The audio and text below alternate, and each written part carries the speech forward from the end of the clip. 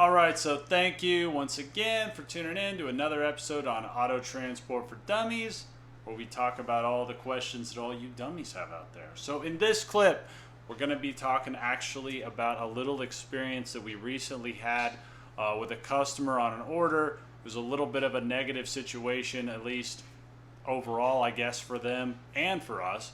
And maybe that helps. Some of these might help you if you're trying to book an order, so you understand some of the things that can happen if everything doesn't go your way or the way you're thinking it's going to go. So in this particular instance, okay, this happened just like a week ago. We had a customer who booked a new car transport out of New Jersey to the Chicago area, I believe. Meanwhile, there was inclement weather going on in both the pickup and drop-off locations, okay? So that's number one. That always delays transports, but it shouldn't delay it too much. So in this scenario, the person paid for the whole order on our new platform, airride.com, and within 24 or 48 hours, we had this order booked out. We had it scheduled for a Monday or Tuesday pickup of the following week, because I think he booked it on like a Friday or something.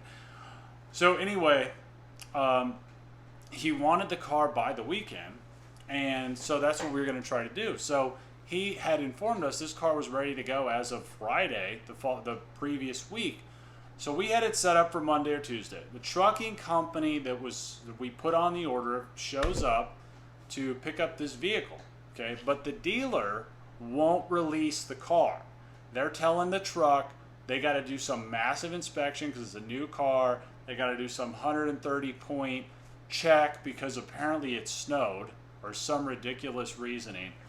Okay, so the trucking company eventually just has to leave the area because they can't sit there all day. They simply cannot waste that kind of time waiting on an order. And the dealer kept coming out and saying, hey, just another hour, we'll get this car right to you, just another hour. And they just dragged this out all afternoon, caused a huge problem. Trucking company eventually leaves. So in that scenario, what typically happens is we have to actually compensate the trucking company for what's called a dry run fee. So we actually sent this company, a long story short, after this, we sent trucking company A $100 for their problems, for the order not being ready. And you have to also understand, on our commercial system, we have a reputation to maintain. So if we send out orders to trucks and then these orders aren't ready to go, well, that diminishes our reputation, diminishes our standing on our commercial system. Trucks aren't as likely to want to pick up our load. So it is a big deal that we take care of these trucks, okay? Now, you've got to ask yourself, who's at fault here? Are we at fault? Is the trucking company at fault? Is the customer at fault? Is the dealer at fault? So somebody has to pay for this because it's not free, okay? It's not free for semis to just show up and wait around for 4 hours, okay? So, long story short, this customer we do eventually get the vehicle picked up the next day. We get it shipped to this guy by the weekend. He gets it delivered on time, even though there was snow in Chicago, snow in the Northeast. He gets the car undamaged. Everything is good. But when he finds out that it did indeed cost an extra $100 for this dry run fee, this guy has a complete meltdown, okay? Meanwhile, this guy lives in like a $600,000 home and has just bought a brand new car, and he is literally all over us over the $100 dry run fee that happened. Now, to make things even more ridiculous, is this person never even paid one more dollar than the initial quote that we gave him. So the initial projection we gave him was actually $899. This person chose to pay the full amount on their credit card, and we never charged this person another cent, okay? What ended up occurring is that we actually were able to move it on the second truck a little bit lower than we had anticipated, okay? So because of that, this person decided that it wasn't right that he was ever charged the $100 fee, and so he decided he needed a refund for the $100, even though we literally moved it at the exact price that he agreed to pay. And we could go round and round discussing it, but the moral of the story is here: you have to have your car ready for transport. Okay, the car has to be ready to go, and it's not our fault when you give us a. You have to give us a date where the truck can actually show up and know they can pick up the vehicle. This customer told us that he shouldn't have to pay that because the trucking company should call the morning before they're going to pick up to determine if the vehicle is going to be able to be picked up. Now, unfortunately, that would make scheduling every transport completely impossible.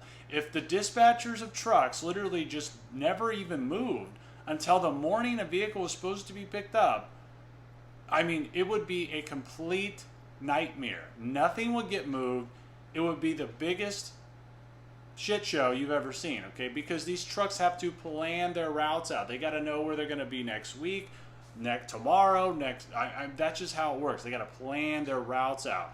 So we have to know 1,000% when that car will be ready for transport, okay? That's just what it is. And the dealer, if they delay it, they should compensate you. If they tell you it's ready to go and then it's not ready to go, and we have to pay a dry run fee, then they should be compensating you because there is a cost for that. It's not our job to figure out when the car is going to be ready. That's your job. You're responsible for the vehicle.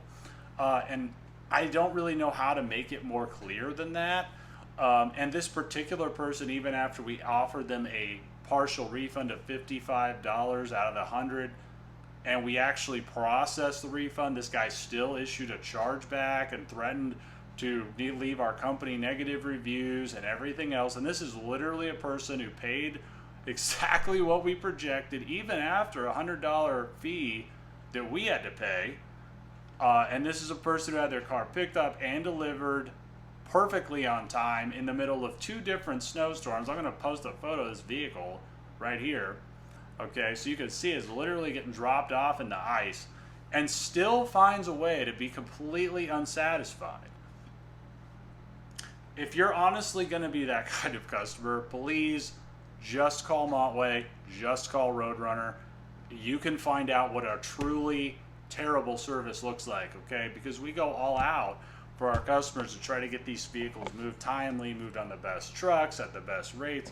But you got to do your part and actually know when this car is going to be ready. And if you buy it from a dealer, they tell you it's ready and then it's not ready, well, you need to be asking that dealer for some compensation or for something in return, because that is on the dealer at that point, because they're the ones letting you down. They're letting the truck down, okay? They're letting the whole order down. They're causing a delay.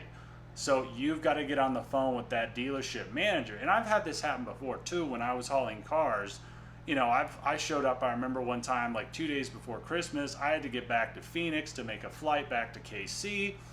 And I showed up to a BMW dealership. And this sales rep, like when I showed up, I had given them 3 days notice when I was going to be there. Then I gave them 24 hours notice before I showed up with my truck and trailer. And I show up there, and this sales rep is like, hey, man, we got it in the detail lot. We'll get it to you at some point today.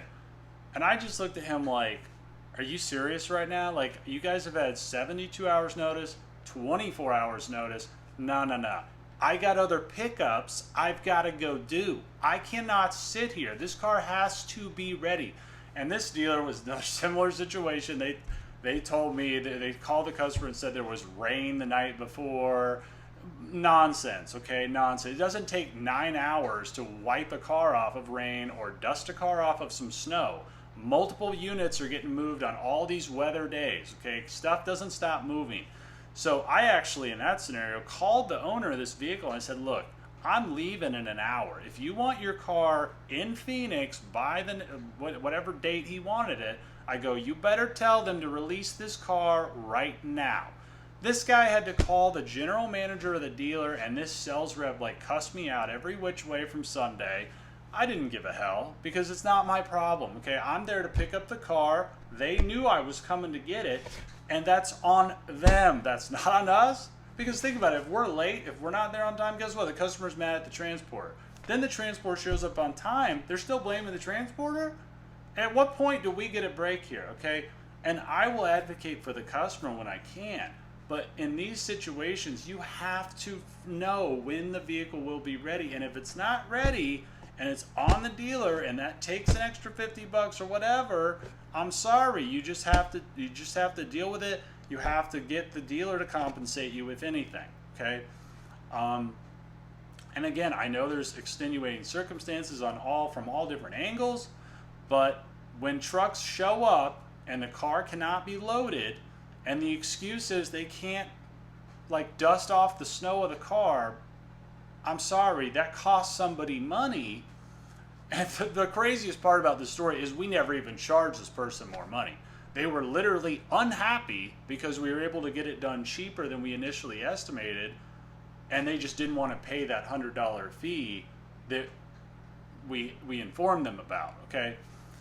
So I don't know if that made any sense or not. Hopefully it did. But you've got to know when the vehicle can be ready to be picked up. That is very, very important for getting the vehicle scheduled and transported in a efficient and timely manner.